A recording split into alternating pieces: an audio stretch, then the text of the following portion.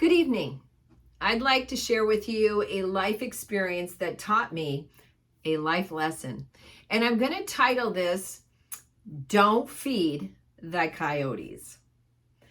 Years ago, we moved to a small rural area that had quite a bit of property on it. We also had some wild animals that lived there. We had bear, deer, raccoons, but we also had quite a few coyotes. The coyotes were a bit mangy looking and thin.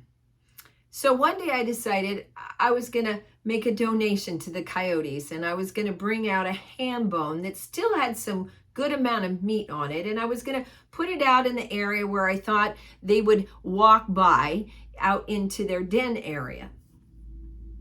Well, what happened was this became a habit with me, and I began leaving other leftovers in the same area. Well, what that did was it began to attract many coyotes from the area that we lived in. And pretty soon, early in the morning, I would head down to the barn to feed my animals, especially my cats.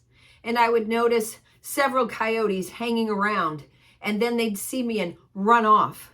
Well, I realized that in my generosity in feeding the coyotes, I created a situation that put my cats and some of my own livestock, such as my chickens, in danger. Well, I'll tell you what happened. I quit feeding the coyotes. It did take some time, but they quit coming around. I actually had to put up a few sprinkler systems that when they would come by the front of the house, they would go off and scare them away. Well, what I learned from that is I shouldn't have done that to begin with.